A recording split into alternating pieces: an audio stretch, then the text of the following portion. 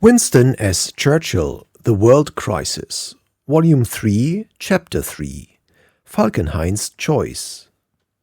The opening scene of the year 1916 lies in the cabinet of the German main headquarters, and the principal figure is General von Falkenhayn, the virtual commander-in-chief of the Central Empires.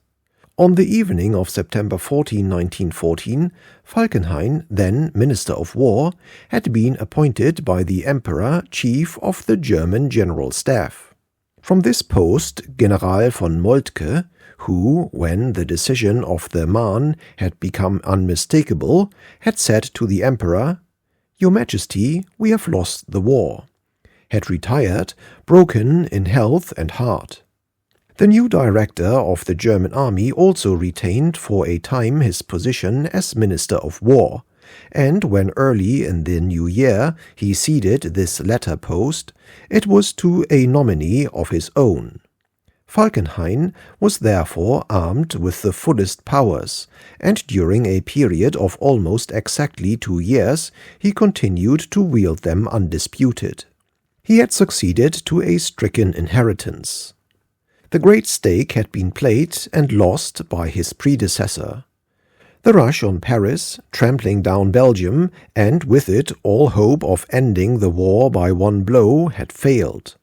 It had cost Germany her good name before the world. It had brought into the field against her the sea power, the wealth, and the ever-growing military strength of the British Empire.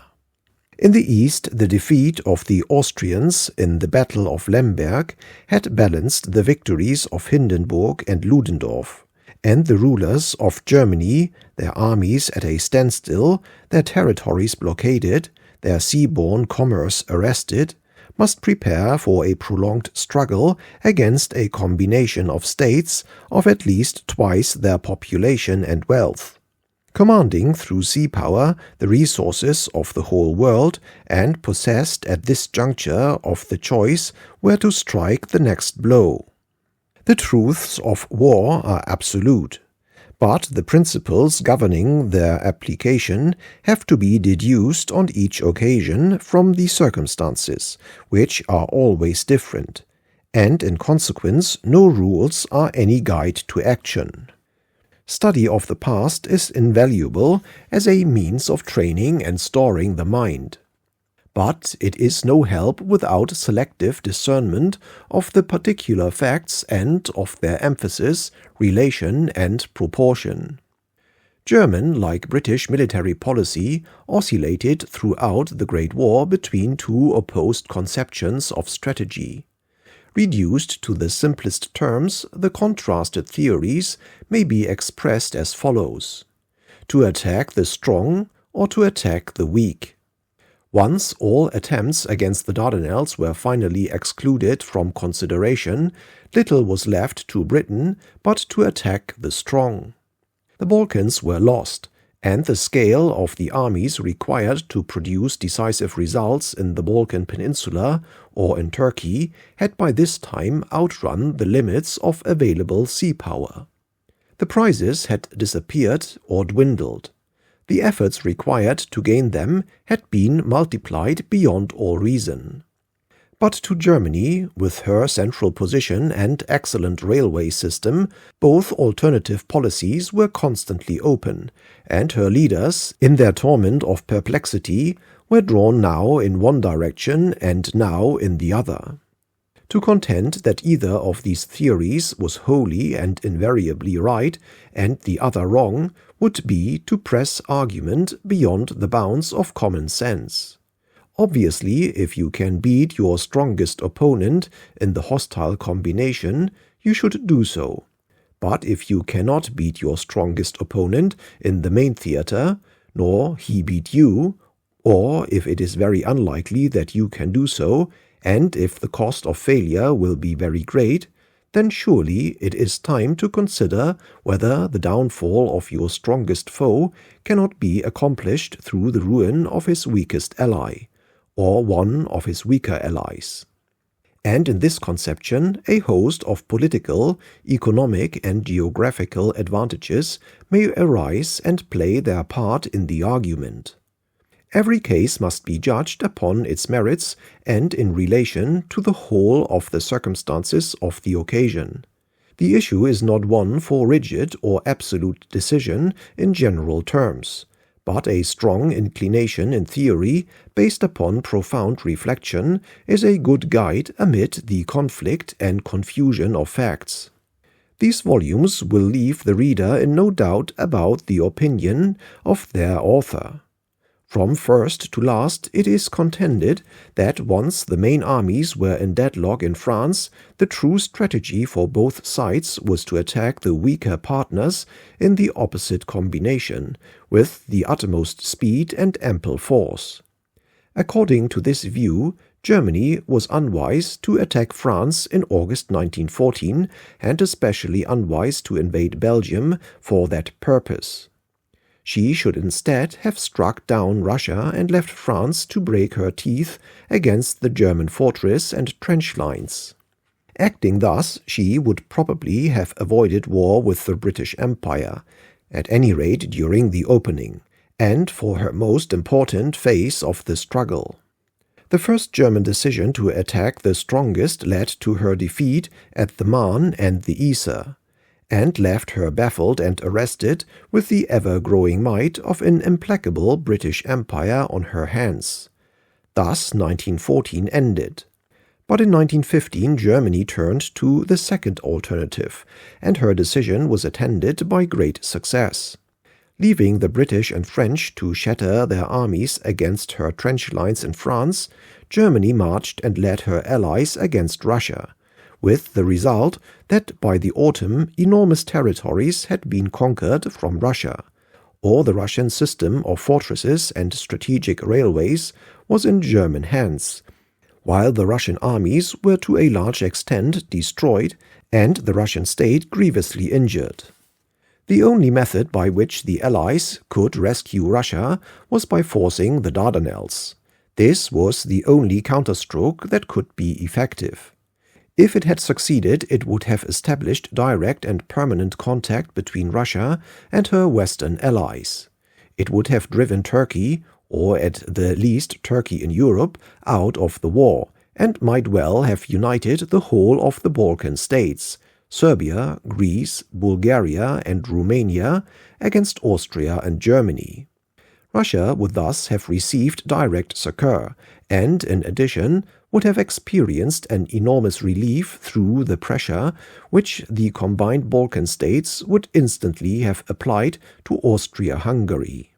However, the narrow and local views of British admirals and generals and of the French headquarters had obstructed this indispensable maneuver. Instead of a clear strategic conception, being clothed and armed with all that the science of staffs and the authority of commanders could suggest, it had been resisted, hampered, starved, and left to languish. The time gained by this mismanagement and the situation created by the Russian defeats enabled Germany in September to carry the policy of attacking the weaker a step further.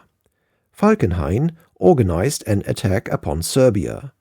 Bulgaria was gained to the German side. Serbia was conquered, and direct contact was established between the Central Empires and Turkey. The failure and final abandonment of the Dardanelles campaign thus sealed the fate not only of the Balkan states, but also of Russia. The defeat of the French and British armies in the disastrous battles of Champagne and Loos proved the German front unbreakable in the West. The direct contact between Germany and Turkey, established through the accession of Bulgaria, gripped Turkey and threw open the road to the east. The year 1915 was therefore one of great success for Germany, and Falkenhayn could claim with justice that by the mistakes of her enemies and by her own adoption of the policy of attacking the weaker, she had retrieved in its course the disastrous situation in which she had been left at the end of 1914. Opportunity and initiative had returned to Germany. The next move lay with her, and 1916 dawned in breathless expectation of what it would be. Nowhere was the choice of Germany awaited with more strained attention than in Romania. The policy of a small state, overshadowed by tremendous neighboring empires, at grips with one another, from both of whom she coveted important provinces, was necessarily one of calculation. In the years before the war, Romania conceived herself to have been defrauded of Bessarabia by Russia after the Russo-Turkish War of 1878. From Hungary her desires were at once natural and ambitious. Siebenbürgen, Transylvania, and to a lesser extent the Bukowina were largely inhabited by men of Romanian race, and in Transylvania particularly, Romanian sentiment was sternly repressed by the Hungarian government. To be united to these unredeemed provinces, to join her outlying kinsfolk to the motherland, to build in one form or another the integral ethnological unit of a great Romania, was throughout the supreme and dominating motive of Bucharest.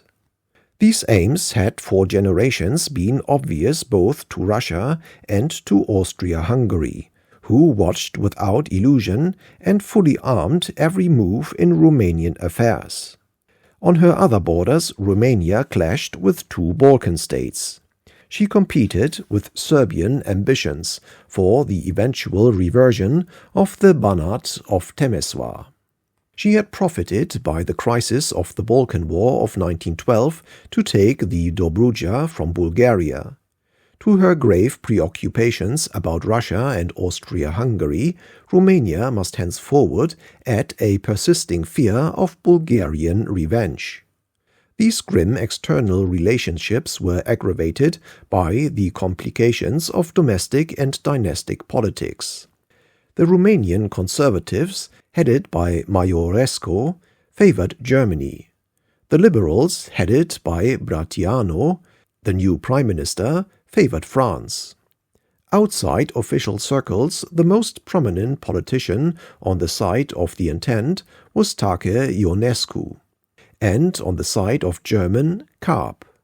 The king was not only pro-German, but German, and a faithful son of the House of Hohenzollern to boot. The heir apparent was pro-French, and his wife pro-English. Both the king and his successor had exceptional consorts.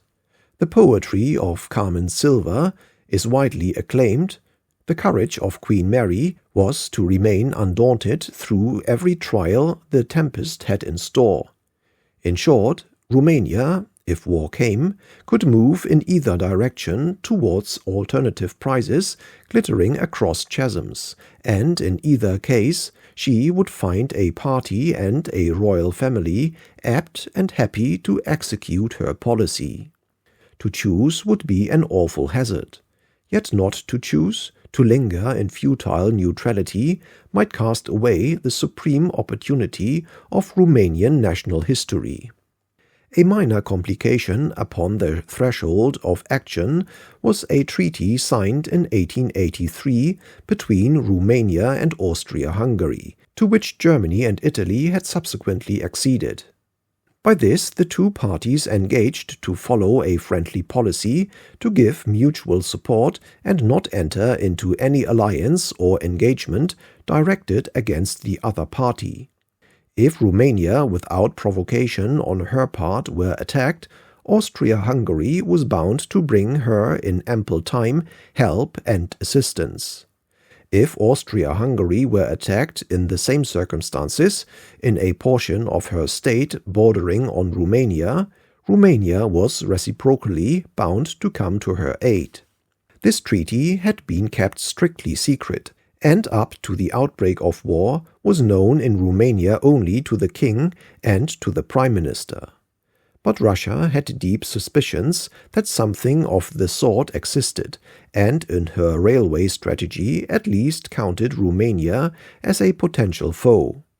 In 1913, the treaty, though it still stood, had become extremely precarious, and Count Czernin, the future Austro-Hungarian Foreign Secretary and at that time Austrian Minister to Bucharest, was charged specially with the duty of ascertaining from King Carol what reliance could be placed upon the compact. He achieved his object by suggesting to the king that the alliance should be ratified by the parliaments at Vienna, Budapest, and Bucharest. This test was conclusive. The alarm evinced by the king, writes Czernin, at the suggestion, at the very idea that the careful guarded secret of the existence of an alliance should be divulged, proved to me how totally impossible it would be in the circumstances to infuse fresh life into such dead matter. Swiftly upon this came the bombs of Sarajevo. The Archduke Franz Ferdinand was friendly to Romania and adverse to the Magyar domination of Hungary. He was believed to favor a scheme of forming a great Romania at the expense of Hungary, and incorporating the whole unit in a tripartite empire under a triple instead of a dual monarchy. His murder therefore aroused in Romania not only personal sympathy, but national disappointment. At the same time, his disappearance removed one of the ties which connected Romania with the Teutonic powers. It was left for the Austrian ultimatum to Serbia to sever the others. Almost at the same hour when Sir Edward Grey was reading the brutal terms of this document to the British cabinet in Downing Street, Count Czernin was repeating them to King Carol in Bucharest. "Never shall I forget," writes Czernin, "the impression it made on the old king when he heard it. He, wise old politician that he was, recognized at once the immeasurable possibilities of such a step, and before I finished reading the document, he interrupted me, exclaiming, 'It will be a world war.' It was long before he could collect himself." Footnote: In the World War, Count Ottokar Czernin. End of footnote. Czernin continues, "The ultimatum and the danger of war completely altered the Romanian attitude, and it was suddenly recognized that Romania could achieve her object by other means, not by peace but by war, not with but against the Austro-Hungarian monarchy. I would never have believed it possible that such a rapid and total change could have occurred practically within a few hours.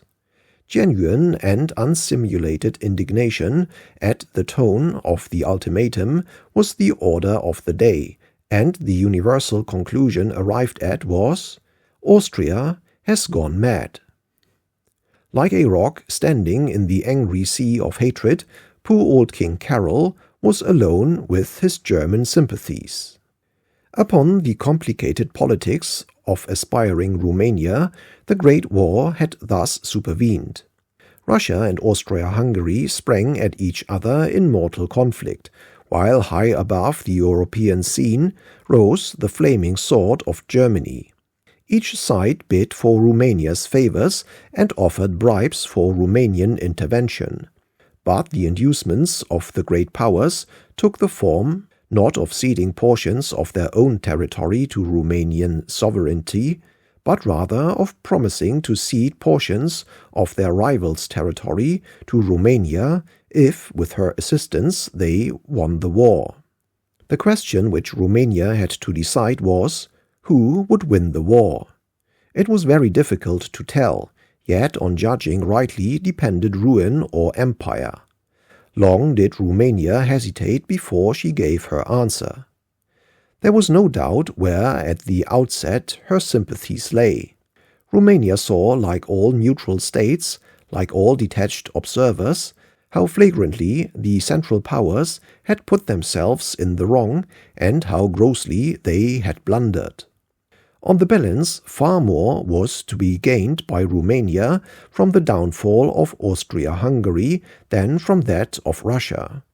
The pro-French Brătianu ministry was in power. Take Ionescu, like Venizelos in Greece, never swerved from the conviction that England would always come out victorious. Sympathies, merits, interest, mood all pointed towards Britain, France, and Russia. On the other side was King Carol with the treaty on his conscience and the fear of national destruction at his heart. Prudence enjoined delay, and in this atmosphere any proposal of honoring the alliance and joining Austria was out of the question. The Romanian government followed the Italian example of declaring that, as there had not been an unprovoked attack upon Austria, the casus foederis had not arisen. Romania declared neutrality, and King Carol had to be content with this. The policy of Romania henceforward is sourly described by Czernin in the following terms, which cannot be considered just unless her difficulties are also comprehended. The Romanian government consciously and deliberately placed itself between the two groups of powers and allowed itself to be driven and pushed by each, got the largest amount of advantages from each, and watched for the moment when it could be seen which was the stronger, in order then to fall upon the weaker. While the old king lived, his influence was sufficient, in spite of the Battle of Lemberg and the Russian advance into Galicia, to prevent Romania from declaring war upon Austria-Hungary. But on October 10, 1914, King Carol died. By this time it was evident that the war would be long, and its result was more than ever to Romanian eyes incalculable. In the spring of 1915 the Germans began to shatter the Russian front, and the immense disasters and recoil of the Russian armies dominated the Romanian mood and paralyzed the disconnected British, French, and Russian diplomacy. On the other hand, the attack upon the Dardanelles, the prospect of the fall of Constantinople, and the arrival of a British fleet in the Black Sea was a counterpoise. All through 1915, while the Russian retreat was continual, the expectation of a British and French victory over Turkey kept Romania true to her convictions and neutral in the war. She accepted money from both sides. She sold corn and oil to Germany, but she obstructed the passage of German munitions to the Dardanelles and closed no gate decisively upon the Allies. With the failure of the Dardanelles expedition, with the accession of Bulgaria to the Teutonic cause, with the invasion and ruin of Serbia, and the final evacuation of the Gallipoli Peninsula, all the military factors became adverse, and Romania, at the beginning of 1916, stood isolated and encompassed by the Central Empires. There was, however, one factor of which Romania took notice. An Allied army based on Salonika faced the Bulgarians along their southern frontier. We have seen in the second part the curious beginnings of this enterprise, and as far as they are worth recording, the still more curious causes which led to its being entrusted to the command of General Sarai. Sarai had arrived at Salonika in September 1915 to find 1 British and 2 French divisions in or near the town. The Serbians were retreating in all the cruel severity of the winter before the German Austro-Bulgarian invasion. Some small French detachments were sent northward up the Vardar Valley. But of course it was already too late for Sarai or the Allied powers to give any effective help. Sarai had never the force nor the communications to enable him to act effectively. As the British General Staff had explained carefully to their government in October, no sufficient force could be spared, or if spared, landed in Salonika in time, or if landed at Salonika, transported and maintained in Serbia. The roads and railways, the wagons and rolling stock which existed could not carry to the north any army large enough seriously to intervene in the tragedy of the Serbian overthrow. At the same time, the attitude of King Constantine had become so openly pro-German that there was an obvious danger of Salonika being converted into a hostile town behind the French advanced detachments which were based upon it. In these circumstances, Sarai had recalled his troops hastily to the town of Salonika, determined to keep a hold at any rate on his base. And the remnant of the Serbian army managed in the end to make its escape to the shores of the Adriatic, whence French and Italian warships embarked the indomitable survivors and brought them round to Salonika by sea. Here then, in November 1915, had ended the first futile phase of the Salonika expedition. But this, as it had turned out, was only to be the beginning of the story. Although Serbia was conquered, the remnants of her army rescued, Bulgaria committed to the side of the Central Powers, and although the effectual cooperation of Greece had become hopeless, the Salonika policy was to continue. At the beginning of 1915, both Lloyd George and Briand had had the same idea of sending a large army to Salonika to influence the Balkans. They had not then had the power to execute their plan, while it had great prizes to offer. But when almost all the possible advantages had disappeared, these two brilliant men, akin in many ways in temperament, found themselves advancing to controlling positions. They both adhered faithfully to their first conception, and neither seemed to realize how vastly its prospect had been curtailed. Such was their influence upon events that a numerous allied army was, at enormous cost, in defiance of military opinion, and after most of the original political objectives had disappeared, carried or being carried to Salonika. At the outset, the oppositions to developing the Salonika expedition on a far larger scale seemed overwhelming. The majority of the British government was against the plan. The General Staff were violently adverse. Lord Kitchener threatened several times to resign if it was pressed. Against this combination was Lloyd George. Similar conditions existed on the other side of the Channel. Joffre and the French Grand Quartier General were adverse to the proposed diversion of forces from the main theatre. Clemenceau was violently hostile, and Briand, adroit, persuasive, and now Prime Minister, had many resources. Joffre's position had been weakened by his defeat in Champagne, and an accommodation was effected between him and the French cabinet, of which the salient features were that Joffre should have the Salonika army as well as the armies in France under his general command, and that in return Joffre should wholeheartedly support the Salonika project in the councils of the Allies and also with the resources at his disposal. France, thus united, then threw her whole weight upon the British cabinet and finally, aided by Lord George, induced their compliance. The controversies which raged on both sides of the Channel upon the Salonika expedition were silenced by the remarkable fact that it was upon this much abused front that the final collapse of the Central Empires first began.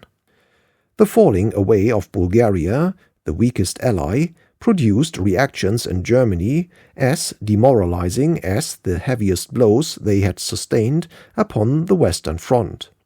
The Salonika policy, for all its burden upon our shipping and resources, its diversion of troops, its false beacon to Romania, and its futile operations, was nevertheless largely vindicated by the extremely practical test of results. The consternation of Bulgaria at the defeats of the German armies in France was, however, at least as potent a factor in her collapse as the actual military pressures to which her own troops were subjected. The reactions were reciprocal. The German defeats undermined Bulgarian resistance, and the Bulgarian surrender pulled out the linchpin of the German combination. True strategy in 1915 pointed for the Allies to the southeastern theatre, to the Balkan states, to Constantinople, to the weaker members of the hostile confederacy. And though everything was done at the wrong time, in the wrong way, and at the wrong place, nevertheless the general direction of the pressure was right, and in the long run produced results. There was, however, one way in which the true strategic direction could have been armed with tactical force. It must have been a hard thing for William the Conqueror at the Battle of Hastings to call his proud Normans off from the attack, and by feigning a flight down the hill of Senlac to induce Harold and his army to quit the stockades they had so stubbornly defended. William was not, however, found unequal to that test, and has in consequence been called the Conqueror ever since. Following this suggestion, the reader will no doubt perceive that the plan of British and Allied war, which according to this account would best have served our interest in the year 1916, would have been a surprise attack upon the Dardanelles. Such an operation, if successful, would have been the only parry to a possible German eastward thrust, and the only means of holding Russia and preventing Romania from being absorbed in the Teutonic combination. In face of the actual German plans for a great offensive at Verdun, for the withdrawal of all German troops from the Austrian front and an Austrian offensive in the Trentino, the forcing of the Dardanelles by Allied fleets and armies might well have been decisive. If this could have been accomplished by the month of June, Romania might have been persuaded to march against the Central Powers simultaneously with the Russian offensive under Brusilov. And in this event, there can be no doubt that the whole Austrian front towards the east would have been completely swept away. Moreover, the concentration of such large numbers of Allied troops already in existence in the eastern Mediterranean, at Salonika, in Egypt and the islands, and the immense quantities of shipping and small craft of all kinds which were already on the spot, would have rendered a general descent upon the Gallipoli Peninsula, on the Asiatic shore or at Déliagatch-Boulaire, a thoroughly feasible scheme. A single mental conception would have transformed all the 20 Allied divisions, sprawled in defense or diversive functions, into a vast army crouching, under the cover of perfectly satisfactory explanations, for one swift convergent spring. Assuredly the enemy, Turks and Allies, were absolutely convinced that, dreading the fire that had burnt us, we would never molest the Dardanelles again. Within 2 months of our evacuation, they had withdrawn all their troops from the Gallipoli Peninsula except 3 divisions, and had distributed them in Palestine, Syria, Mesopotamia, Anatolia, and Thrace. The Turkish army that had so stoutly defended the peninsula was scattered to every point of the compass, and separated from that fateful spot by long, uncertain, and inefficient railway and road communications. The British army that might attack the deserted peninsula lay within 36 hours steaming of whatever landing places might be selected. The navy was thoroughly equipped for the task. Not only did we know, to our cost maybe, but also to our experience, every inch of the ground and every yard of the coast, but a situation as favorable as was open in March or April 1915 had returned. The enemy was once again off his guard, and the choice of time and place had, in this theatre at least, returned to our hands. The very barriers of inhibition that existed in the minds of the British cabinet, and of which the enemy was clearly conscious, were the prime reason for the attempt. The more morally impossible a military operation, the better chance it will have of success if it is physically practicable. Surprise, that sovereign talisman of war, springs from the doing of the exact thing the enemy is certain will never be tried. Whatever happens, they will never do that again, Put yourself in their place. Would you? No, it is inconceivable. Do it then, if this is the enemy's thought, and do it for that very reason. However, no such audacious scheme crossed the minds of our rulers. They trusted they might never hear the name of Gallipoli again, and yielded themselves with placid hopefulness to the immense frontal attacks which were being prepared in France. It was not until the summer of 1918 that Admiral Keyes, strong in the achievement of Zeebrugge, and Admiral Wemyss, installed as First Sea Lord, were able to obtain the authority for a renewed naval forcing of the Dardanelles in the possible campaign of 1919. That was at last too late. Long and anxious were the reflections of the German High Command. They have been elaborately explained by the person chiefly responsible. During Christmas 1915, Falkenhayn set himself to write a memorandum for the eye of the Emperor. He has published it in his memoirs. The document is not an impressive one, and it bears evidence of being dressed to the taste of Falkenhayn's august master. But its argument and its conclusion were certainly clear. Falkenhayn deprecated, but did not seek to veto the Austrian proposal for an attack on Italy. He disapproved of attacks on England in the east. Victories at Salonika, the Suez Canal, or in Mesopotamia can only help us in so far as they intensify the doubts about England's invulnerability, which have already been aroused amongst the Mediterranean peoples and in the Mohammedan world. We can in no case expect to do anything of decisive effect in the course of the war, as the advocates of an Alexander march to India or Egypt or an overwhelming blow at Salonika are always hoping. He rejected plans for continuing the offensive against Russia. According to all reports, the domestic difficulties of the giant empire are multiplying rapidly. Even if we cannot perhaps expect a revolution in the grand style, we are entitled to believe that Russia's internal troubles will compel her to give in within a relatively short period, unless we are again prepared to put a strain on the troops which is altogether out of proportion, and this is prohibited by the state of our reserves. An offensive with a view to a decision in the east is out of the question for us until April, owing to the weather and the state of the ground. The rich territory of the Ukraine is the only objective that can be considered. The communications towards that region are in no way sufficient. It is to be presumed that we should either secure the adhesion of Romania or make up our minds to fight her. Both are impracticable for the moment. A thrust at Petersburg, with its 1 million inhabitants, whom we should have to feed from our own short stocks, if the operations were successful, does not promise a decision. An advance on Moscow takes us nowhere. We have not the forces available for any of these undertakings.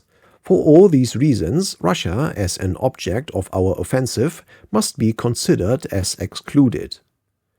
Falkenhayn then proceeds to examine the Western theatre. In Flanders as far as the Lorette Ridge, the state of the ground prevents any far-reaching operation until the middle of the spring. South of that point, the local commanders consider that about 30 divisions would be required. The offensive in the northern sector would need the same number.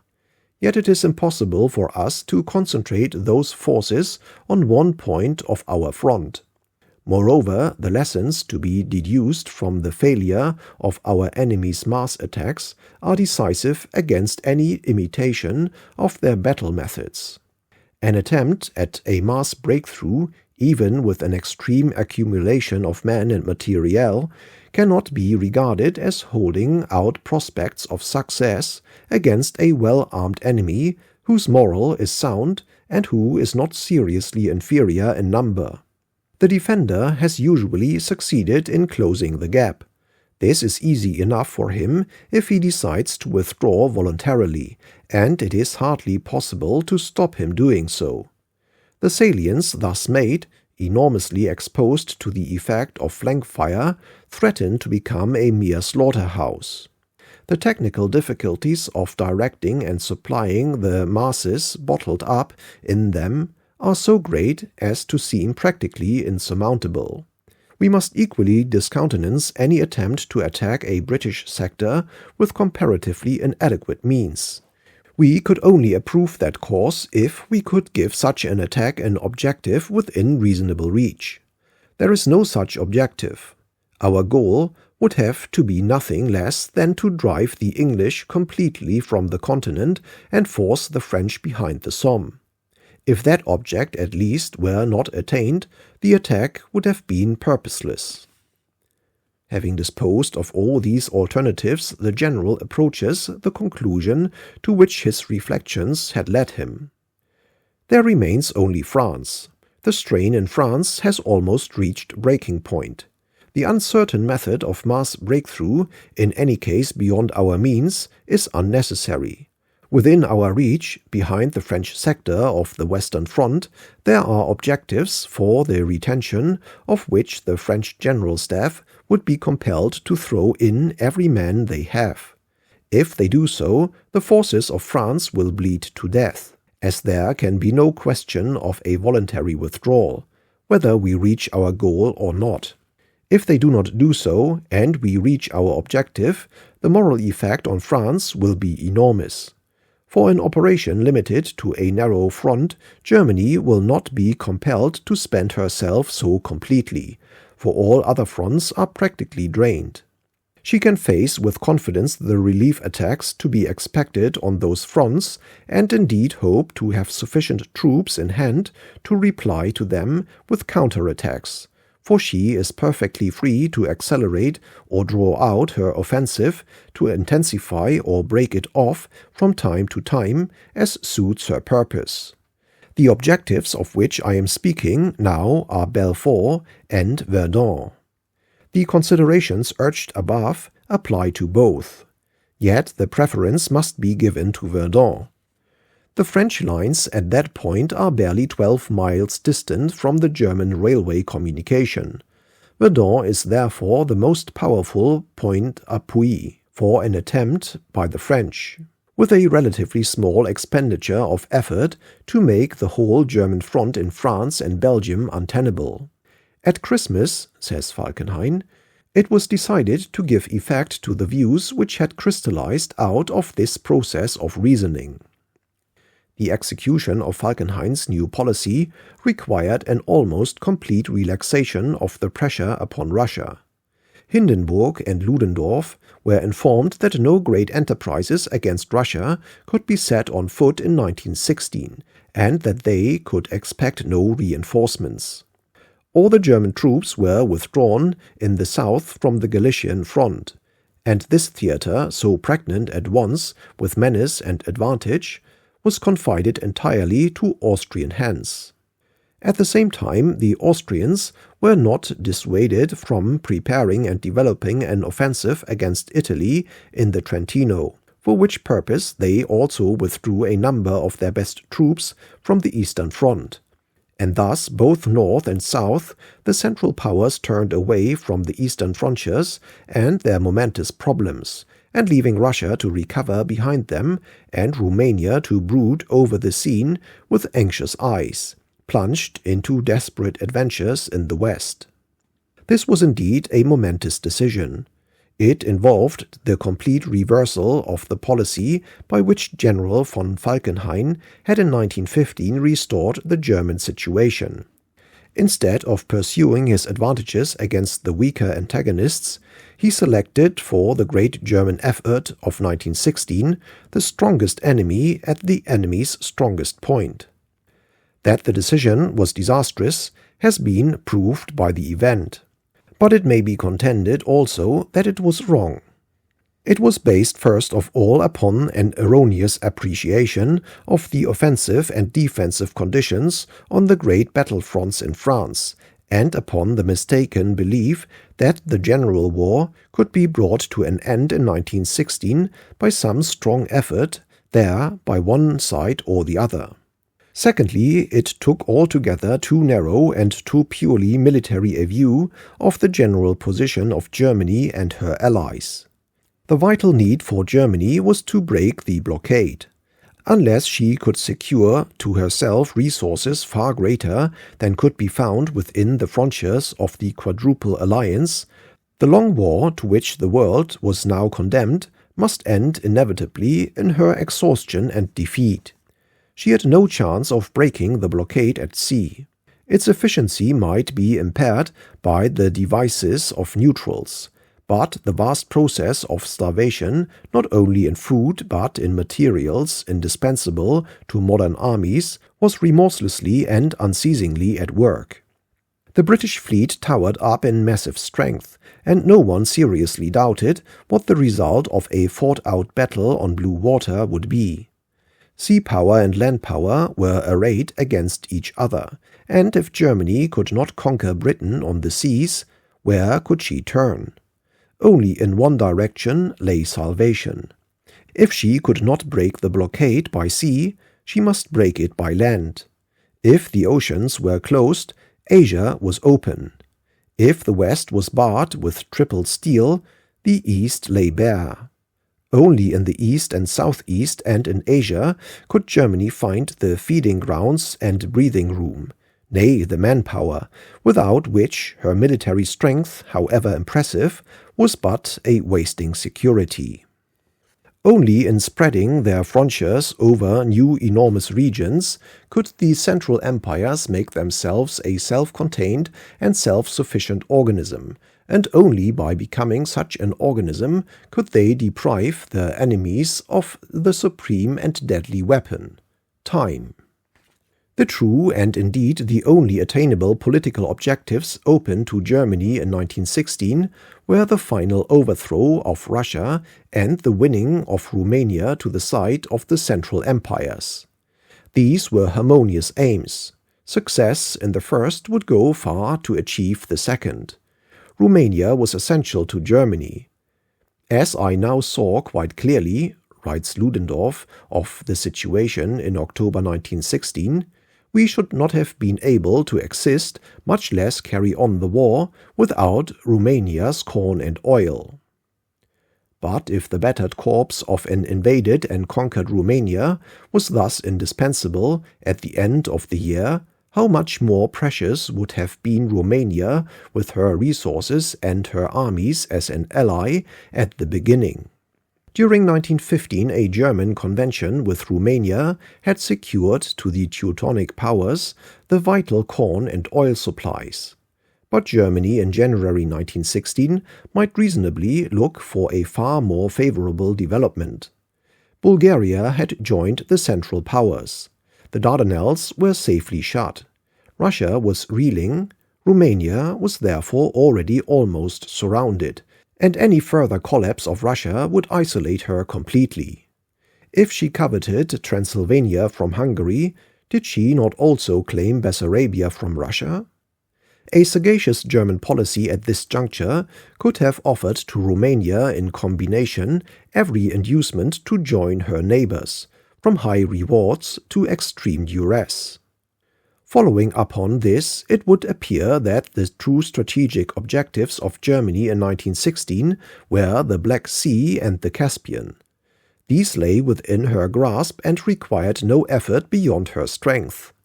A continued advance against the south lands of Russia into the Ukraine and towards Odessa would have secured, at comparatively little cost, sufficient food for the Teutonic peoples. An upward thrust of Turkish armies, sustained by German troops and organized by German generals, would have conquered the Caucasus. Fleets and flotillas, improvised by German science, could easily dominate both the inland seas. The command of these waters would threaten simultaneously every point along their 5,000 miles of coastline, absorbing in negative defense 10 Russians for every German employed, and multiplying in an almost unlimited degree the opportunities for further advance. Romania completely encircled, cut from French and British aid by Bulgaria and Turkey, cut from the Russian armies by an Austro-German march from Lemberg to Odessa, could have had no choice but to join the Central Empires. The skillful employment of 15 or 20 German divisions animating Austrian and Turkish armies would surely and easily have extended the territories which nourished Germany so as to include, by the end of the summer of 1916, the whole of southeastern Europe, the Black Sea, the Caucasus, and the Caspian. The Austro-German front against Russia might have stretched from Riga to Astrakhan, with little more expenditure of force than was required to hold the existing eastern line. At every moment and at every stage in these vast combinations, the pressure upon Russia and upon her failing armies would have increased, and at every stage her troops and those of her allies would have been dissipated in vain attempts to wall in the ever-spreading flood in the east, or would have been mown down in frantic assaults upon the German trenches in France. And this was itself only a stage in the process of land expansion and strategic menace open to the German military power. From the Caspian, once navally commanded, Persia was a cheap and easy prey. There was no need to march large armies like Alexander to the east. Literally, a few thousand Germans could have dominated northern Persia, and eastward still, beyond Persia, lay Afghanistan, and the threat to India. The consequences of such a German policy must have paralyzed all British war effort from her Indian Empire. In Egypt, in Mesopotamia, and in India, whole armies of British and Indian troops would have been forced to stand idle in apprehension of impending invasion or revolt, while the glory of the German eagles and the sense of approaching change swept far and wide through the peoples of Asia. But from all the prospects so opened out to her in the east, Germany was lured away. The final destruction of Russia, the overawing and conversion of Romania, the conquest of granary after granary and oil field after oil field, the indefinite menace to the British Empire in Asia, with consequent diversion and dissipation of British forces, were all renounced by Falkenhayn in a few meagre sentences. Germany was made to concentrate her whole available offensive effort upon the cluster of wooded hills and permanent defenses which constituted the strong fortress of Verdun. One half the effort, one quarter the sacrifice, lavished vainly in the attack on Verdun would have overcome the difficulty of the defective communications in the rich lands of the Ukraine. The Russian armies in the south would have been routed long before they had gained their surprising victories under Brusilov, and Romania, her 500,000 men and her precious supplies of corn and oil, would have been brought into the war early, not late, and as an ally and not as a foe. But the school of formula had vanquished the school of fact. The professional bent of mind had overridden the practical. Submission to theory had replaced the quest for reality. Attack the strongest at his strongest point, not the weakest at his weakest point, was once again proclaimed the guiding maxim of German military policy. From the moment when he received the news of the total evacuation of the Gallipoli Peninsula, the opportunity of General von Falkenhayn, chief of the German General Staff, was to pronounce the word Romania.